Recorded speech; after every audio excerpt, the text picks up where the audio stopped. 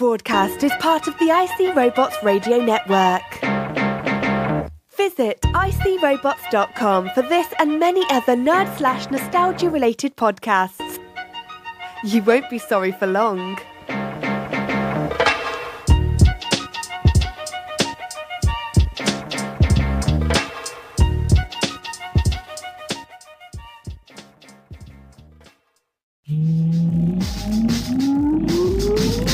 Countdown for blast off. X-5, 4, 3, 2, X-1, fire. I don't wanna grow up, don't wanna grow up. I don't wanna grow up, don't wanna grow up. I don't wanna grow up. I'm a Toys R Us kid. There's a million toys at Toys R Us that I can play with. Welcome to the Toys R Us Report, a weekly journey into the life of a guy who spends more time in the toy section than the kid who hangs the figures from the pegs. Your host, IC Robots. Greetings, Earth people. I am from Jupiter. It is me again, IC Robots. I am not a hero, but I do sacrifice a bit of my week each and every week to make your week a bit less week. And this week, I think it's going to get so much less week. We're gonna start off with a pre-recorded, planned-out call from our dude. Well, he's not my dude. Maybe he's your dude. The Hollywood heartthrob, Johnny 5. Then we're going to talk all about the latest Star Wars movie. It's a movie called Solo. Then we're going to finish up with some toy talk and some stuff about whatevers. I don't know, man. It's going to be good. You will have a good time. It's going to be a hoot and a half for everyone involved. Let me find this new bit we got. This one actually came from Iceberg. He got back on the ones and twos. Let me see. All right, here we go. Hit it. As a result of over 800 years of experimentation, I am now close to unlocking the secret of immortality. Immortality? The secret of immortality. Immortality? The secret of immortality. With this ship and the secret of immortality, we shall leap from planet to planet, from solar system to solar system, from galaxy to galaxy. We shall be gods in the universe. All that is needed now is that you join me in one final experiment. You are listening to the Toys R Us Report. We were born to be who we are. The bright light from a distant star. That's right, that much is true. We are the bright light off of the distance, shining down on you, shining down with our love and good thoughts. We were lucky enough this week to get the chance to talk to Hollywood Hall of Famer, the greatest robot actor alive, in his own words, the man known as Johnny 5. I tried to get him live on the show. I wanted to get him on here, put the heat on him, but he insisted on doing like a recorded thing earlier in the week. He said that he was busy. I had to take what I could get. Let me find that, and we'll get started. Hold, here it is.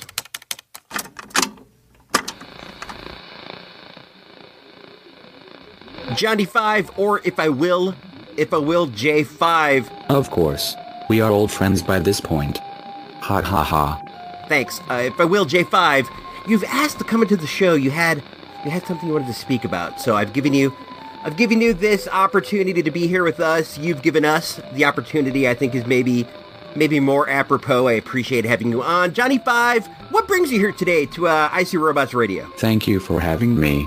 As you know by now from having read it on any number of popular Hollywood blogs, due to an unexpected accident we have halted production of the AB Silver Story. I actually heard that when AB was on the show last week. It is, it's really bad news. I was looking forward to seeing the film. It is quite a shame, but we may get back to it later. That's good. Maybe you could salvage some of the film that you've already shot. That's good news. We actually have an offer on the rights to the story from Cinema Popular of Hong Kong. Robot movies do very well in the Chinese market. Yeah, that's what I heard. I think that they essentially make those Transformers flicks for the big Chinese loot. Do you think that you might sell? We are considering it.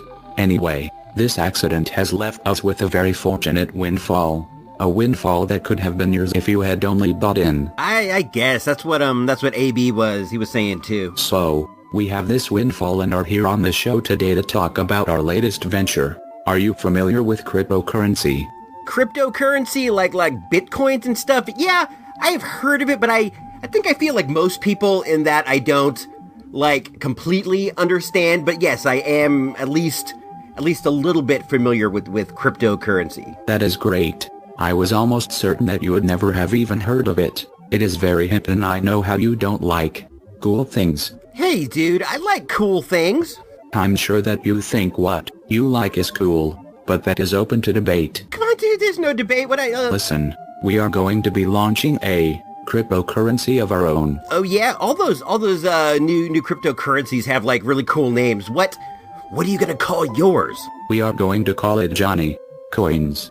Johnny Coins, huh? That has a pretty good ring to it. Johnny Coins. I got to admit, I like that. I think that's clever, J5. Nice of you to say, my man. So, do you think you might be interested in purchasing some Johnny Coins, bro? J5, honestly, probably not. But just out of curiosity, how much are they? The initial offering is going to be $9 a coin. $9 each. I mean, I don't know enough to know if that's a good price or not. It seems like a bit high to me, but I don't really know. I don't know. Yes, but we expect it to reach $1,000 a coin by the end of the first day. You think it's going to reach $1,000 by the end of the first day? What do you base that on? What makes you think that? I think that because the demand is sure to be high for a coin based on Johnny 5 from Short Circuit 1 and Short Circuit 2. Is that how it works? Like, people put out coins with celebrities on them and people buy them? I didn't know that was like a thing yet. So you think the people are going to really be into a coin based on Johnny 5? Of course they will sport. I don't know if you know this, but I am a big wheel in Hollywood, and in Hollywood circles, crypto is the thing. Just last week, film legend Reb Brown. Reb Brown, the dude who played Captain America in the old Captain America movie before Chris Evans, that guy? Yes, the very same. Reb dropped a coin and it went to $500 overnight, and I am twice the star that Reb Brown is. I don't know if you're twice the star that Rib is. No, I am over twice if you want to look at the numbers. Short Circuit 1 and 2 sold very well on Laserdisc and VHS. No, I don't doubt that they sold very well. I see him at the flea market just about every time that I'm over there. No one even cares about his Captain America movie. I don't know if no one cares. Look, sport, I have to go and call my movie peeps in China. I'll catch up with you on the flip. Okay, I'll Hit my music, my dog. Time out. She said, and smiled in her special way. Johnny, she said, you know I love you. It's Johnny, she said, and tried to look the other way. I gave her away.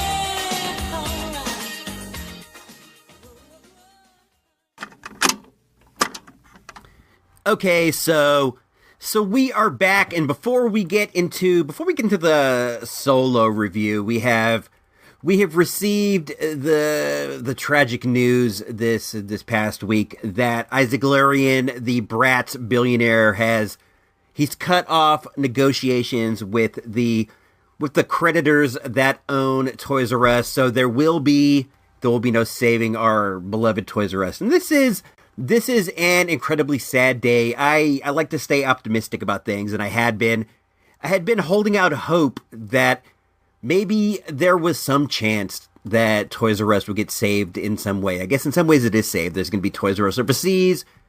There's going to be Toys R Us in Canada, so it could be possible to see one again one day. But as for the U.S., my beloved U.S., there are no happy endings for Toys R Us, and I feel like a lot of this is due to corporate greed.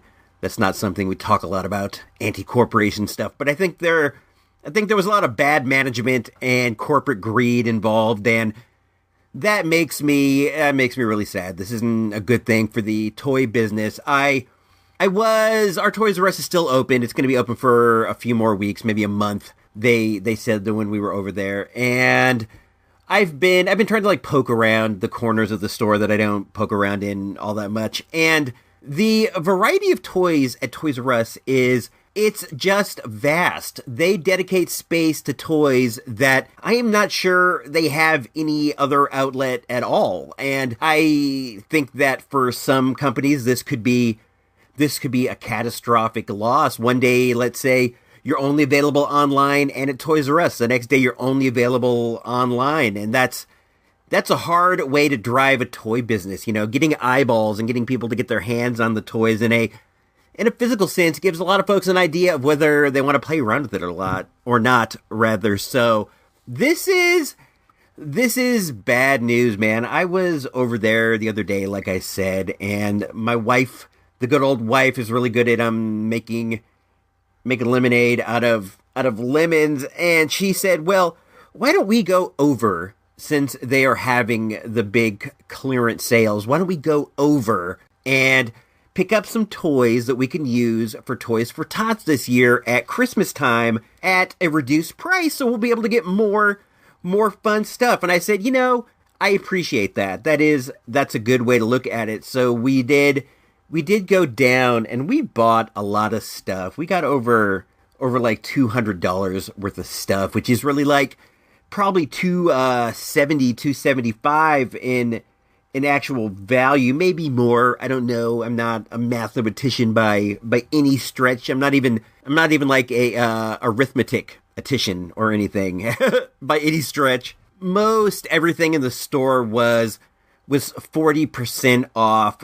The area with the Nerf guns and the Legos and a lot of the video games were already gone, and this is sad. It's just sad for me to see my beloved store in this state. It's emptying out, and I realize a lot of you guys have already lost your stores, and I definitely feel for you, but it's really hard for me to go through this. I have so many fond memories of the TRU. I've been going there for so long. It's one of the few places that's out in public that I can go that immediately I chill out. I just relax. I just have a nice time. I've been going there for so long that it just fills me with comfort, and it hurts me. It hurts my soul to think that area of comfort is going to soon be gone. I realize nothing lasts forever, and the longer you live, the more you see things that you love die. But I was not ready to let go of the TRU. I have it like so ingrained in my brain that I'll be sitting around doing whatever, and I'll go, hey, let's go to the Toys R Us in my head. It's in there, and I think it all the time, and it's going to be hard to get that learned behavior out.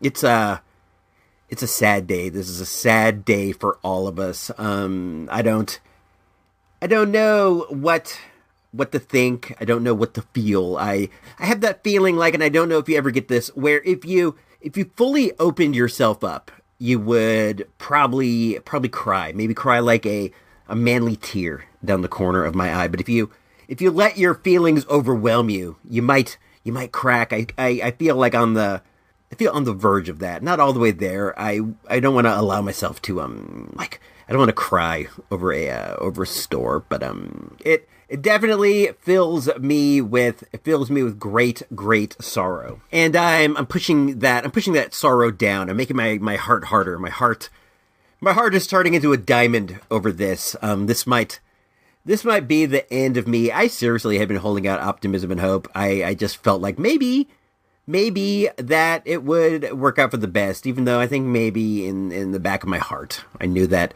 my diamond heart, I knew that it wouldn't. So we'll visit Toys R Us a few more times. This is definitely not the last you're going to hear of the TRU here on the show. We're going to come back for a final send off when they close the doors, because who knows, man, my sorrow might be even deeper. It might be that you're going to hear your boy crack. I don't know. We'll come back to this. I'll talk about what we got at the shopping spree toward the end of the show in the final segment. We got some fun stuff. I tried to get like evergreen toys for the Toys for Tots, and that is going to be a thing this year. The IC Robots Radio Junk Box Christmas Toy Drive, where wherein which last year I gathered up a giant box, well, a large priority box, USPS priority flat rate box, full of stuff that I found at the flea market, found at the dig, things from the bottom of my dig bag. That was the theme. These weird small things always end up at the bottom of my dig bag, and I got a bunch of them together, filled up a box, and I have almost filled up the box right now. I'm going to end up having to fill another, taking the two, combining all the good stuff, and making one super supreme box. So maybe think about going down to your TRU if it's still there, and you could get some cool stuff that you can donate to kids around Christmas time, rather. But try to stick with the evergreen stuff. I stayed away from things from current movies and stuff. I got like Playmobiles. We'll talk about all this later. I don't want to blow it, but let's get into that Han Solo review. Let's find out what we thought about Solo, a Star Wars story.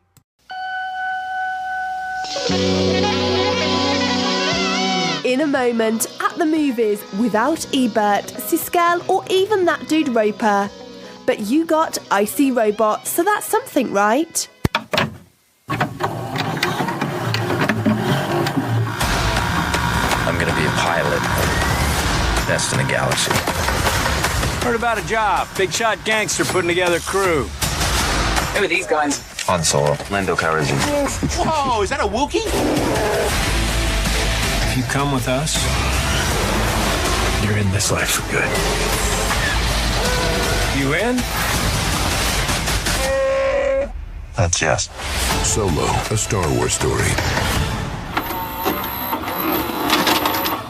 All right, we're back for what is, this is going to be like the main crux of the show. I'm going to talk about the latest Star Wars release, a movie that goes by the name of Solo, a Star Wars story. It is the origin story. It is the early days. It is a lot of the things you wanted to know about that cosmic scallywag, a dude that goes by the name of Han Solo. Now, of course, our boy Harrison Ford was not back for the movie. I mean, I guess You've got mail.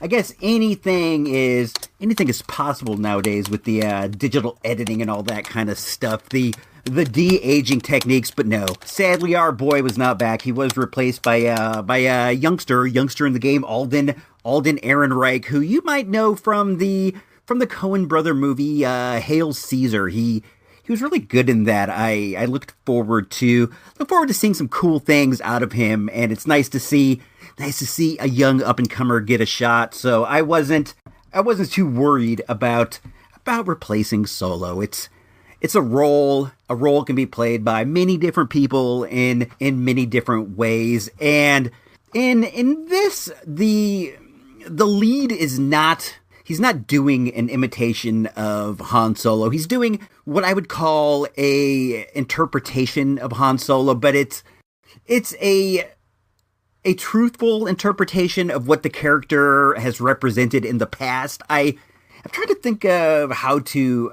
describe it. I guess what he was doing was he was being Han Solo, but he also, instead of having like a Harrison Ford-ishness to him, he had kind of a Jack Nicholson. He had a Jack Nicklaus thing. He was very much like the Hall of Fame golfer Jack Nicklaus in this movie. I mean to say, he was very much like the Hall of Fame actor Jack Nicholson. And in the way he played it, it was almost as if, like, you can imagine like Jack got the role of Solo back in the day, but it's not a bad thing. It was perfectly acceptable. You'll get used to him being Solo after a bit. I think he signed up for 2 additional movies, so you're gonna get used to Mr. Ehrenreich in the role of Solo. The movie didn't have as big an opening as was expected. We'll get some of this stuff out of the way before we dip into plot details. Don't worry, I'm gonna go as spoiler free as I possibly can while still doing a competent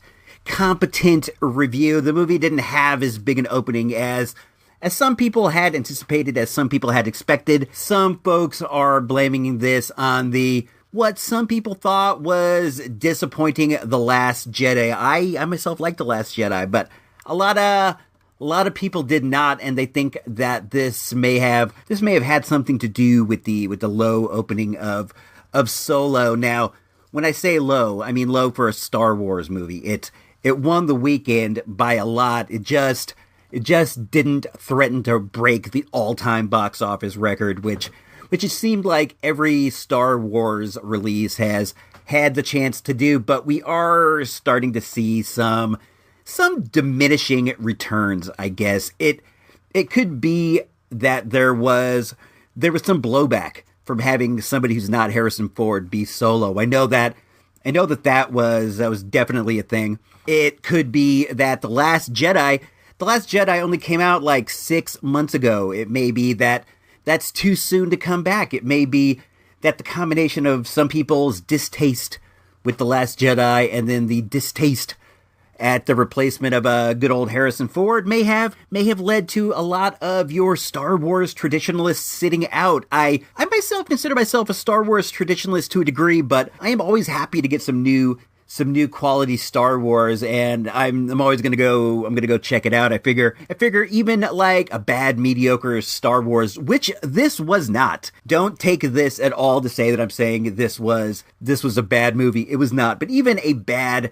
mediocre Star Wars movie is still a Star Wars movie. I don't so much go for the prequels, but we will say everything of a certain era, a certain two eras, the original era and the new era. I'm gonna check all these out. All right, let's move forward. The movie it's the story of the life of a young Han Solo. You learn how he started off. You learn how he moved up in the crime world. You see how he started off in the crime world. You see how he started off in life. Then you see how he starts off in the crime world, and you see him trying to move up the ladder. There is love. There is lost love. You see all kinds of cool origin details. You see how he and Chewie first met. I love Chewbacca. If you've been listening for any length of time, you know that I'm a Chewbacca dude. I find that as I'm getting older, I enjoy Chewbacca all the more. One thing that he has that is different from the other characters in the Star Wars saga is that he is a fully grown, married family man, just like your boy. So when he's out there fighting the good fight, when he's out there relating to a Han Solo or a bachelor like Luke Skywalker or a princess like Princess Leia, he's on a completely different level of the understanding of life just because he's already moved past where they are and he's moved into a whole nother tip. You know how it is if you're like me and you're a married guy and you look back and you see some of your friends who are single or some of your friends who stayed single, and it isn't like you look down on them, but you look and you go, whew, that was a hard lifestyle. I'm glad to be settled down. I bet that's what Chewie thinks when he's riding with Han Solo. Of course, there is also a giant age gap. At the beginning of this movie, you find out that he's 190 years old, so he's on a different tip than all these guys. But Chewie's my guy, and you get a lot of Chewie in this movie, which is something that I definitely enjoyed. The new Chewbacca outfit is so much better than the old Chewbacca outfit. They've kept the Chewie design the same, but the hair now, it looks so luxurious. There are scenes where he's on the beach and the wind is blowing through his hair, and it just looks so luxurious. When we got home from the theater, I had taped The Empire Strikes Back off of TNT, and I popped that on. I thought that it might be a nice follow-up for 2.0 to first see these characters and then see how it all started. But at any rate, I saw Chewbacca in Empire, and he looks dope. Chewie always looks dope, but his hair, it has much more of a shorter synthetic look. In this movie, it's free-flowing. The wind hits it, and it's beautiful the way that it moves. I always love some Chewbacca. You get to see where he comes from. You see some other Wookiees. You see 3, 4, 5, 6 other Wookiees in this movie, and it is fantastic. One of the really neat things that's in this is you get to see a young Lando Calrissian. Lando Calrissian is a character that is near and dear to everybody who's ever watched Star Wars. You see some of him, you always wanted to see more, you wanted to know where he came from, and in this, you learn all that. I got a short little bit here from the studios. They sent it to me on audio cassette. Let me play this for you, and you will see the first meeting. You will hear the first meeting between Lando and Han Solo. How'd you guys let me beat you on that one? Come on. There's no liars in this game, just players. The seat taken? Nobody's in the seat that I ain't taking, friend. So this is, Sabak? Sabak. Sabak. Got it. You played before? A couple times, yeah. Captain Lando Calrissian. Han Solo. Looks like you're, having a good day. I'm a lucky guy. Can I ask you a question, Captain Calrissian? Anything, Han? It's Han, but that's okay. I heard a story about you. I was wondering if it's true. Everything you've heard about me is true. You find out some things about Lando in this movie that are too amazing to be true. I can't get into that right now without doing spoilers. But man, Lando is played by Donald Glover, who you might know as Childish Gambino, the R&B star Childish Gambino, the dude behind the TV show Atlanta. Atlanta's great. He does an imitation of Billy D. Williams playing Lando Calrissian in this movie that is really great. You just heard him in that little bit we had right there, and it's a really nice take on the character. He's one of the shining lights of the movie. I've always been into Lando too, as I've said before. I went through a big blaxploitation tip. I was really into that, and the way that Billy D plays the character of Lando Calrissian really has like that blaxploitation vibe, that cool 70s Shaft Playboy kind of guy vibe, and that is something that they have still in the character. Donald Glover does a fantastic turn as Lando. One of the highlights of the movie. There is talk that there could even be a spin-off someday, a Lando spin-off, and that would be another one that I would be there opening weekend to see. He has a droid. He has a droid named L337 she has a very strong personality. She's played by Phoebe Waller-Briggs, and she is a robot rights representative, much like Iceberg 13 used to be, much like A.B. Silver. She stands up for robo rights in the Star Wars universe in a way you have not seen any other droid before. There's a lot of chemistry between Lando and L3. I'll try to leave it at that. There are some romantic teases. There, I said it. It's something well worth going out there to check out. I liked her as a lot. She was one of my favorite droids that there has been so far. I don't really like C-3PO very much. Everybody likes R2. BB-8 is great. I liked K2SO a lot in Rogue One. I gotta say, L337 is up there. Her personality is really over the top, but it really works. Also, Woody Harrelson is in the movie. He plays the dude who's getting this crime team together for the big mission. I think Woody Harrelson is one of the best actors of our time, but he, in a way, took me out of the movie a bit. When you see a Star Wars, a lot of the main characters are played by people that you may not have seen before, like a Daisy Ridley or a John Boyega, or even to some people an Oscar Isaacs. These may be people that you haven't seen before, but then when you think of Woody Harrelson, everybody knows Woody Harrelson. He's a giant star. In a way he draws you out of what is the Star Wars universe. Of course, you recognize Donald Glover, but he's not Woody Harrelson. You recognize Emilia Clarke, the Mother of Dragons. She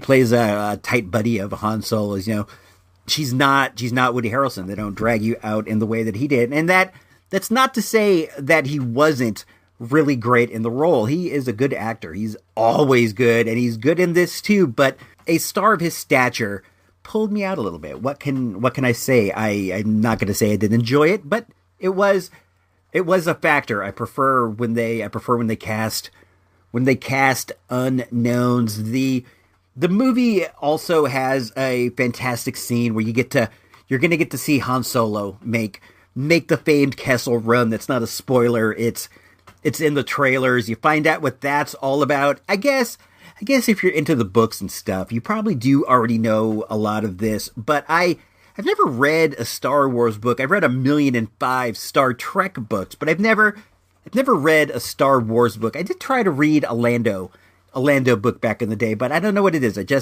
I couldn't get into it. They're a bit dense for my taste, I guess, is what I'm saying. The Star Trek books are kind of light.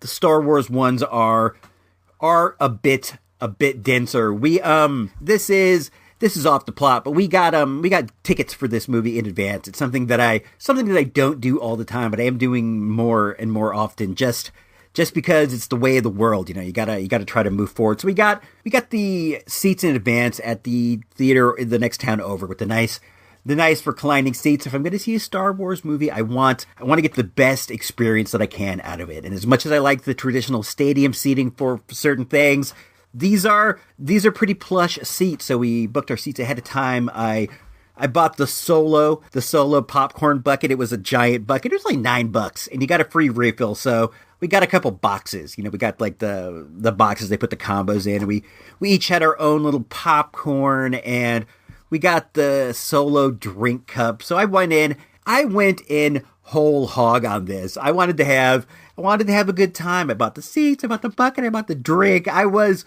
in it to win it. And I will say that I had a good experience overall. This was not the best Star Wars movie that there's ever been, but it was not even close to being the worst. It may have been the worst of the new movies. I thought The Force Awakens is an amazing movie. I thought that The Last Jedi was I see why it's divisive, but I think that there's a lot of wisdom. There's a lot that you can get from this movie. So I did like that a lot. I loved Rogue One. I loved Jyn Erso. I loved all that, Cassian Andor. I loved it. Stardust. I loved it. But this movie, while being really good, while being a completely enjoyable movie, was not up there with those. I would have to say it's the fourth in the ratings, in my opinion. That's just how I feel. When I talked to 2.0 about it, she didn't have any reservations. She enjoyed this movie a lot, but she only has like a passing experience with Han Solo. She's seen the original trilogy, but they're not something she's seen a billion times. So they're not in her heart. She doesn't have that feeling for Han Solo that we have. She's honestly most familiar with the newest films. I would say that like Rey and Finn are her dudes, and I'm cool with that. I am cool with that. I have no problem with that. They're great as long as she's not feeling the prequels. You know, then we might have some beef. But because she didn't have that feeling for Han Solo, for her, this was like a really fun, enjoyable crime movie. She thought it was a romp. She had a good time. It was all good with her. Look, if you like Star Wars, go see it. If you want to go and learn more about Han Solo, you want to see how he met Chewbacca, you want to see them flying together in the Millennium Falcon for the first time, then by all means go see this. There is nothing wrong with this. It's great. If they make a sequel, I will definitely go and see that as well. So, with all that said, on the good old-fashioned Source Magazine mic meter, with 1 being a dud and 5 being an all-time classic, I give Solo, the Star Wars story, a nice solid 3.5 mic. 3.5 mic. This is what you want. This is what you get. This is what you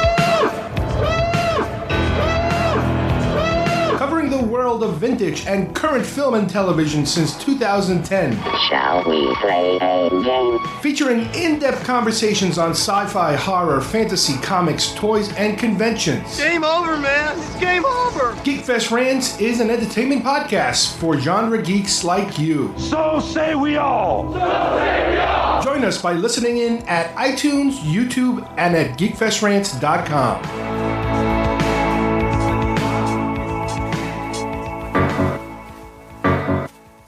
You've made it this far. It's time. The final segment, your weekly toy shop update, the Toys R Us report.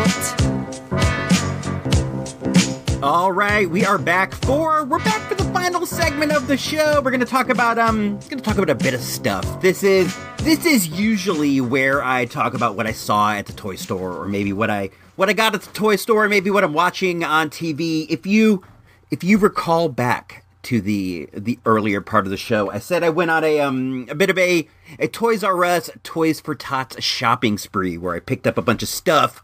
I'm gonna give out. Excuse me, my throat. My throat's a bit parched. It's allergy season in full effect. But I got these two big bags full of stuff, and I thought I would go through them and give them a once over and just kind of talk about it. If you are considering doing Toys for Tots, this is a good opportunity for you to get some stuff that you can give away to some kids who might not get the best options as far as Christmas gifts go. You can get yourself some cool stuff at a lower price. It's the best thing I can think to do to make some lemonade out of these lemons of the Toys R Us situation.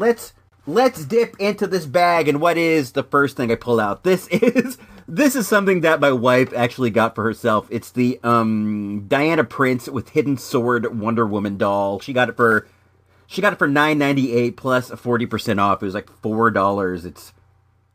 It's a darn shame. This is a Barbie size Wonder Woman doll in a blue dress with the sword that goes down her back. Let me set that aside. She's gonna want that. She has the other one with the sword and shield.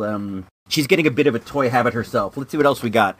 Oh, we got another Diana Prince. That one's for the youth. Let's see. She got a lot of cool stuff here. Let me, do you hear me ruffling through the bag? I'm ruffling, trying to pull this out. What is this? Oh, this is fun. This is a Play-Doh Fun Factory. This is the one, it comes with like six cans of dough and the press with the thing that can make like the spaghettis come out, or the long cylinders of Play-Doh. This is cool, man. Some kid is gonna get this, and they're gonna be all jazzed. It has some molds and little plastic scissors and little plastic knife. This is fun.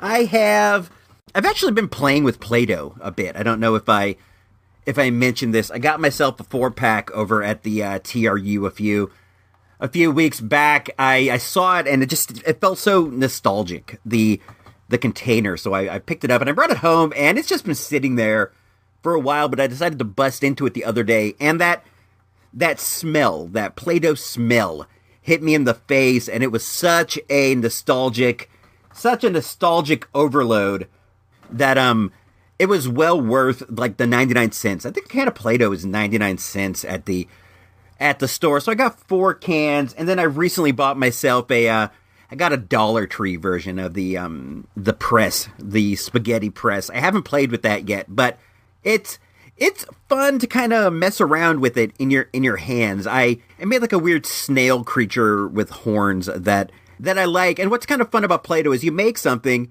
and then you got to destroy it. There's no permanence to Play-Doh art. It's very, very fleeting, but it's fun. It's well worth the 99 cents. If you see one over at the store, just grab one and mess around with it for a few minutes. Then give it to a kid or whatever. I want to get the old molds that they had. I remember I had a Return of the Jedi Play-Doh mold back in the day where I could make like a Jabba the Hutt, a 3D Jabba the Hutt. I'd like to get that again. Let's see what else is in the good old bag of tricks. Oh, this is cool. This is the Star Wars Forces of Destiny, Princess Leia Organa and R2-D2. This is the This is the doll-sized version of the Star Wars characters. I have a few of these. I have Jyn Erso, I have Rey, and I also have Sabine from Star Wars Rebels. I like these.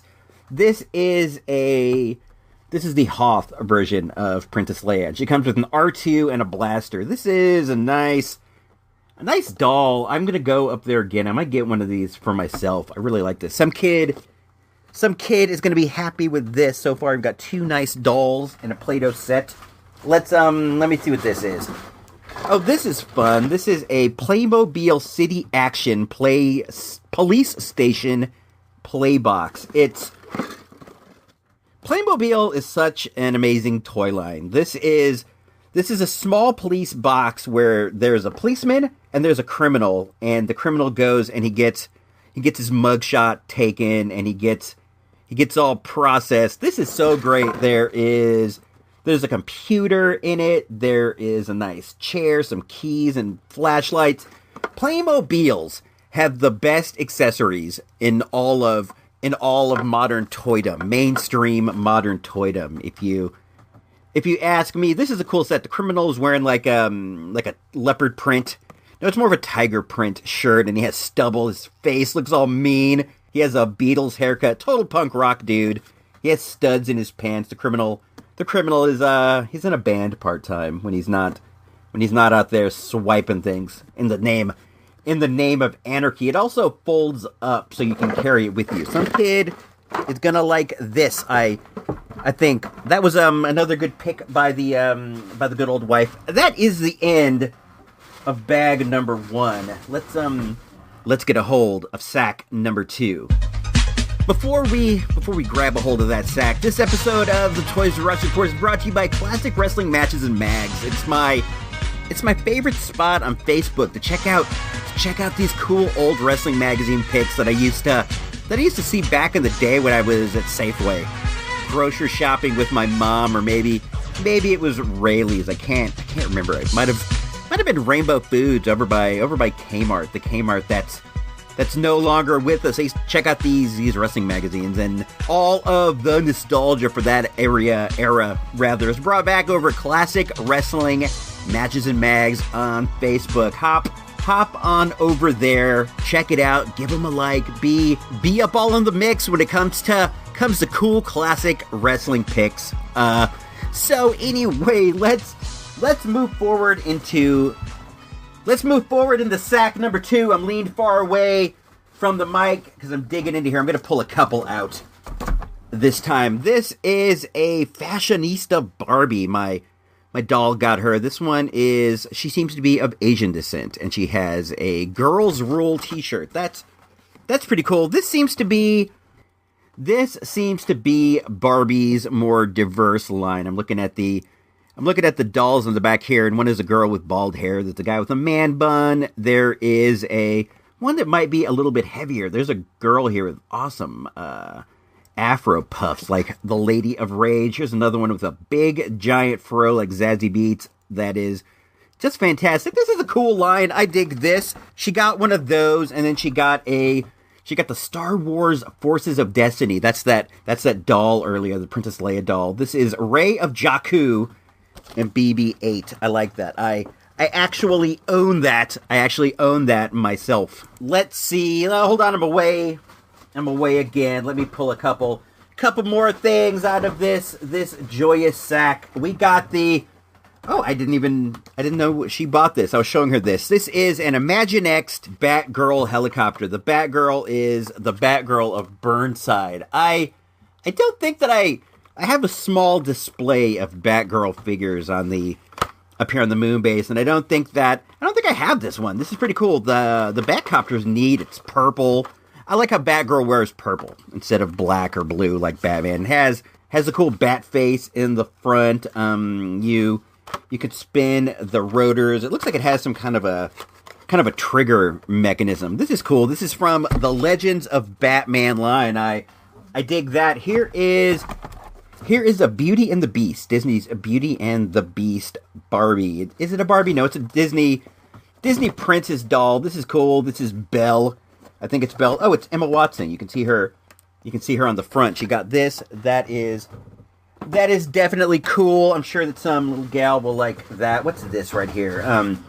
You know, I failed on this. I'm realizing that the wife is the one who got everything. I'm gonna have to go back and represent. So you may be hearing this again in the future. This is another Barbie fashionista. This is the one with the Lady of Rage Afro puffs. I rock rough and stuff with my Afro puffs. Rock over what you may say. I rock rough and stuff with my Afro puffs. The puffs that's a cool hairstyle. She also has like a nice yellow dress. Barbie's cool, man. As somebody who appreciates action figures, you gotta dig all these Barbie accessories. These are like the lower end Barbies. The wife was mentioning to me that these less expensive ones don't bend at the knee. I'm away from the mic. The bag is falling over. Let me grab something else. This is a Disney Princess Royal Shimmer. I'm not sure what this one is from. She has long red hair. Very nice looking doll, but I'm not familiar with the line. It looks a little on the cheapy side. Let's see. Is this? Hold on. This is the second to final thing. This is another Disney fashionista. This is an African American chap in a striped shirt with yellow. We can pair that up with the one that we just got, and that'll be cool. And this is the final thing that I have in the box here. It is a Star Wars Forces of Destiny indoor adventure. It's the indoor Princess Leia where she's in the jungle fatigues, and it comes with an Ewok. This has some neat accessories. Let's see. It has her helmet. It has all the Ewok's weapons. It has a bow, an arrow, and a spear. She has some sandals and a whole replacement outfit rather. This is fun, but then you see, look at this, that the wife did all the work and that I stink. I'm gonna rectify that. Don't worry. But don't go out there thinking that the ISR Robots family is 100% charitable. I did grab a couple things for myself. I got a Star Wars Hot Wheel. This was very, very cheap. It's a Last Jedi AT-AT. It's pretty neat, like a little desk toy. And then I got myself another thing. I got a Star Wars 3 3/4 inch Rey of Jakku. This is the Rey when she first appears on the island with Luke Skywalker on Luke Skywalker Island, where she has like a gray cloak, and she still has the 3 buns in her hair. I like the Rey of Jakku look the best. If you asked me of all my favorite Rey looks, I think that I like her best at the beginning of Force Awakens, where she's in the desert fatigues. I like that goggle hat combo that she wears. I think that looks cool. She looks hungry, man. She looks so thin compared to her normal Jedi look. My least favorite is the Last Jedi with the Qui-Gon hair. I don't know, man. I don't think it's the best look for good old Rey. This is my, let's see, 1, 2, 3, 4. I have like 6 different Rey figures. I was reminded of this by 2.0 the other day. She's like, "Man, you are so into Star Wars." I remember being a kid and you said, This is a Star Trek house. We like Star Trek. And I think by and large we are a Star Trek house, but I was thinking about this, and the wife said it as soon as she brought up the fact that this used to be a Star Trek only house. My wife goes, "It was Rey. You fell in love with Rey. You saw that movie. You fell in love with Rey. Now you love Star Wars again." And I said, "You know what? That's true, dude. That's what happened. I saw the movie, and Rey was she was like this shining force of good in the Star Wars universe, and she was so self-reliant and tough, and she had these giant teeth, and I don't know, man. She brought me back into Star Wars, and then following up that movie with Rogue One, which I thought was just dynamite. That may be my favorite of all the Star Wars movies. Following that up with Rogue One really pulled me back in hard. That's where I started buying toys again. I started doing all that stuff again, and I'm happy because I used to love it Love it back when I was a kid. The Star Wars, the first Star Wars, Empire and Return, I loved them. But then once the prequels came out, I fell out. I wasn't in the mood for that kind of movie. At that point, I was very much indie only. I only wanted indie movies. That was all I would see, and these 100% CGI George Lucas things were just the farthest from what I could imagine spending my time watching. I was just all like, indie film only. I was only going to Cottingtown Cinema. I was only going to Lakeside. I wasn't checking this Star Wars jive, but I'm glad. I'm glad because it's a better world. You know, it's a better world when you got some Star Wars in it. It's a better world when you got some Star Wars you can enjoy. And I have been thinking about The Last Jedi again, and I think that I will soon be going back into the world of real wisdom and talking about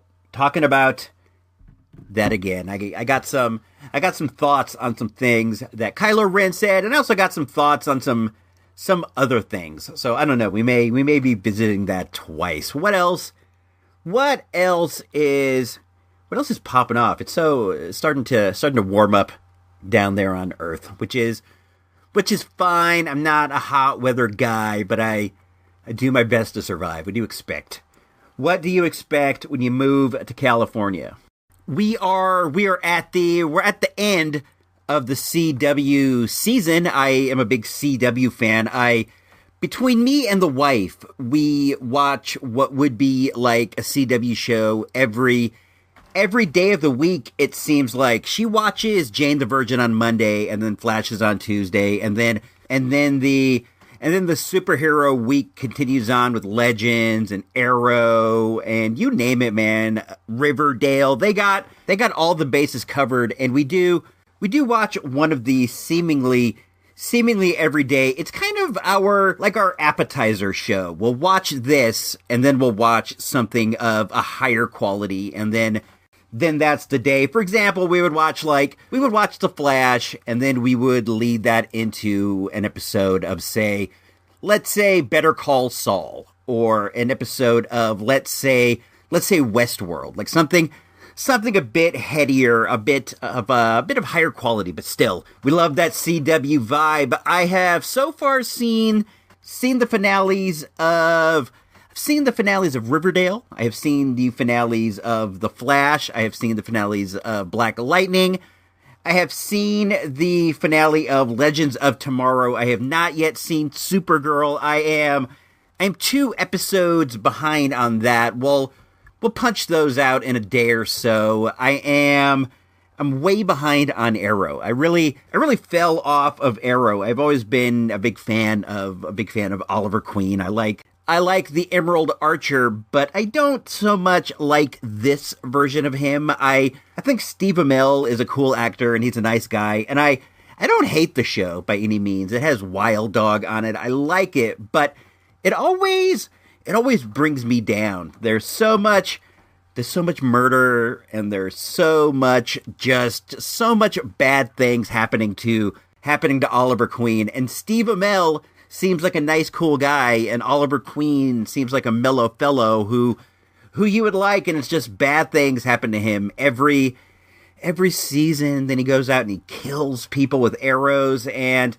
it brings me down. We have, I think, 11 or 12 episodes on the DVR, and we will get to them at some point. Just probably no time soon. I think we may punch this out over the summer when there's no new shows, but there's also an outside chance I might go, let's just delete it. We got too much stuff on here. We might not watch it at all. I hear next season though, Ollie's going to get a goatee, and that the next season may be the final season. So I think that maybe I could get through it for 2 more, maybe for like a hopeful redemption in the end. It's in the, you can see it. It's coming. And then there was Black Lightning. I'm doing these, maybe, let's do them in alphabetical order. That was Arrow. So then we got Black Lightning. I like Black Lightning a lot. That was a new one. I've always been I've always been a fan of the character. The season was short. It was only, I think, 12 or 13 episodes. I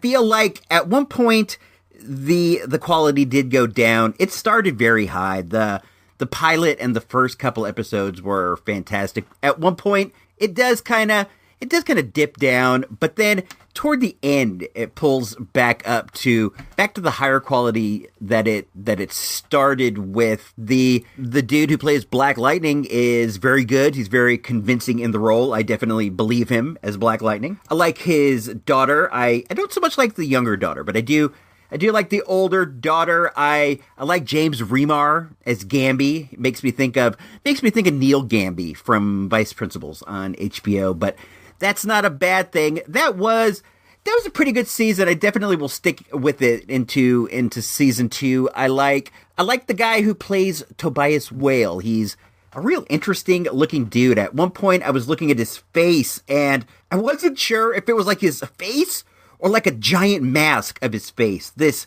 dude is so interesting looking. Check it out just for that alone. So what would be next? I believe it would be The Flash. The Flash season just ended for us the other day. This one was about him battling Clifford DeVoe, the Thinker. We did an episode of Who's Who in the DC Comics universe a while back about him. That was at the start of the season. Go back and check that out if you haven't, because they went with him the whole entire season. He had this evil plan that he was gonna try to do some bad stuff to the entire planet, and Barry and the crew had to battle him. I always liked the Flash. The Flash is real, even though bad things happen to Barry and bad things happen. The show still kind of has like an upbeat comic book vibe that I do enjoy. For a while, Barry gets beat down, but he always comes back at the end with Oliver. It's like Oliver just gets beat down season after season after season. He's a baby face. He's a baby face who never gets a comeback. And that's one of the things I like about The Flash. It has like this real upbeat vibe. This was a good season. I will definitely be sticking with it in the future. I feel like I'm Flash for life at this point. And that's interesting because The Flash isn't a character I would have ever given two flips about in the past. I just never thought anything about him. The next one up is what? Legends of Tomorrow. That show's always fun. I like the crew. I like Katie Lotz. I like Brandon Routh. I like the dude who's Mick. I like all of them. I'm not the biggest fan of Isis. Isis is in it. I don't know what her character is named on the show, but she's based on the 70s DC character Isis the Invincible, and she grew on me as the season progressed. But at first I wasn't feeling it. I am now. I'm not so sure how I feel about there's been like this shift in the show. It used to be they would travel around through different eras and meet different DC characters, and I really liked that. This time around, it has kind of more of like a Quantum Leap Sliders kind of vibe, where they're going around and they're traveling through times and through different things, and they're trying to set things right that once went wrong. Like Sam Beckett, they're trying to fix anomalies. I think they call them anomalies. I still like the show. This show is real upbeat, and I apologize for using that because I watch a lot of dark stuff and I enjoy a lot of dark stuff. But when I want these comic book shows, I want a bit of upbeat fun. I want to have a good time, and this show is definitely the upbeat fun, have a good time show of the Berlanti-verse. It's cool. I think that I will definitely be sticking with that through the next season. I enjoy the cast too much. They're all really they've grown on me. They're inside me, mi corazon. The next show is what? Riverdale. I like Riverdale. I am a big fan of Archie, and I love the Archie universe. And this is not the mainstream Archieverse. This is some kind of an alternative Archie universe where Archie's working with a crime boss and Jughead's in a biker gang, and that Betty Cooper has some kind of a weird relationship with a serial killer, and where Red Circle superhero character, the Black Hood, is a serial killer. This is This is a very dark version of Archie, but I like it. I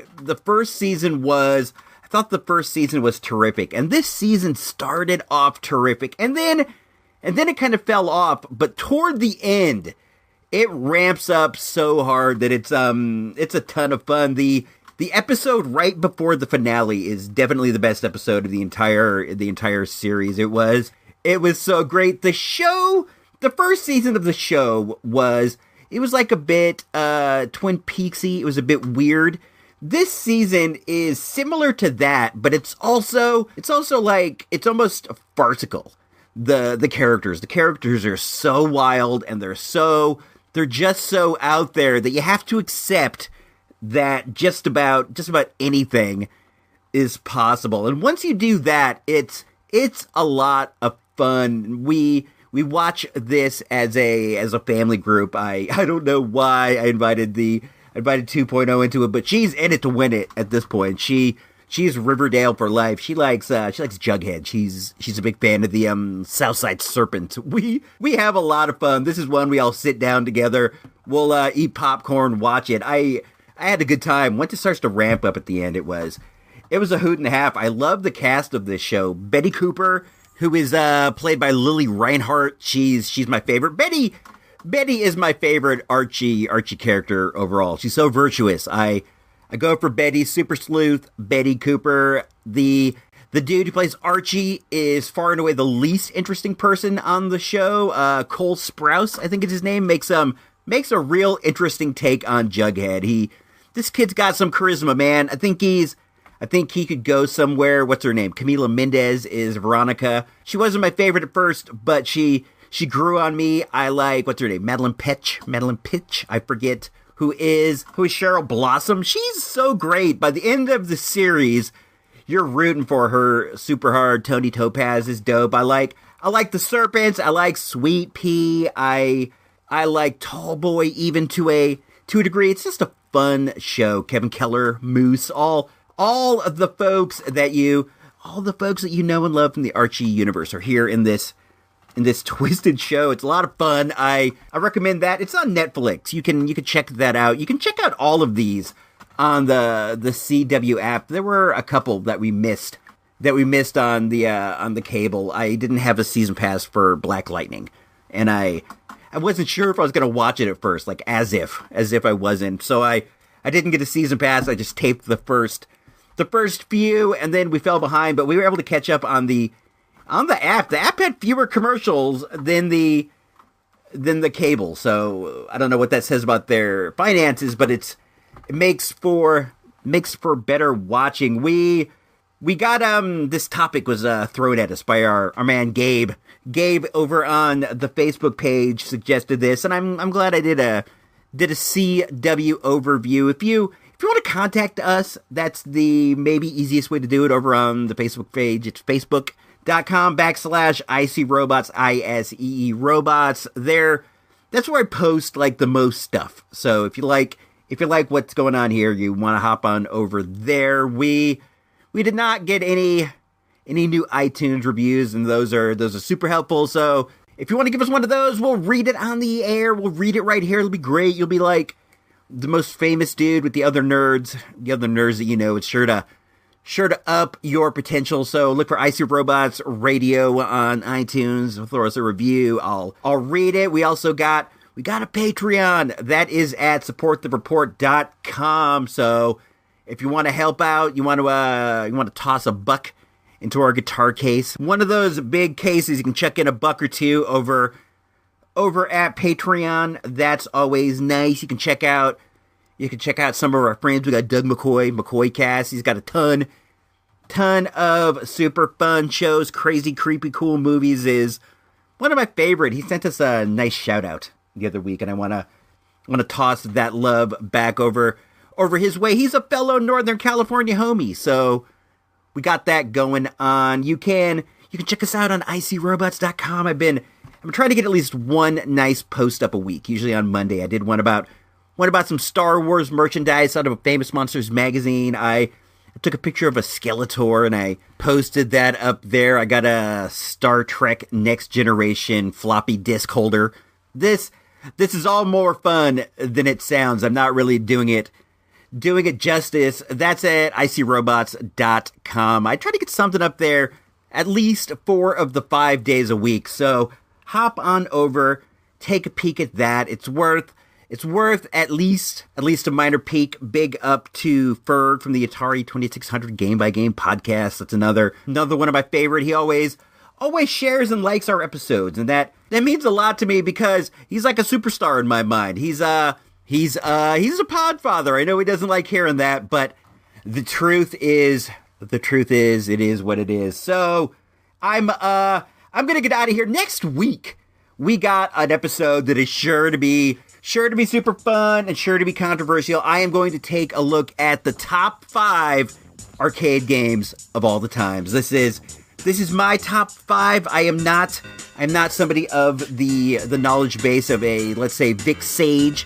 who would know what are the actual best. This is what I think is the best, and you can nitpick this all you want. It is what it is. It's an absolute truth of a truth of fact and reality. So get ready for that top 5 arcade games of all the time. So until we get there, this is me, Icy Robots. I'm signing off for Engineer Emily. We got Johnny 5, Icebergs around here somewhere, sent in a song. So until then, if you don't know, now you know.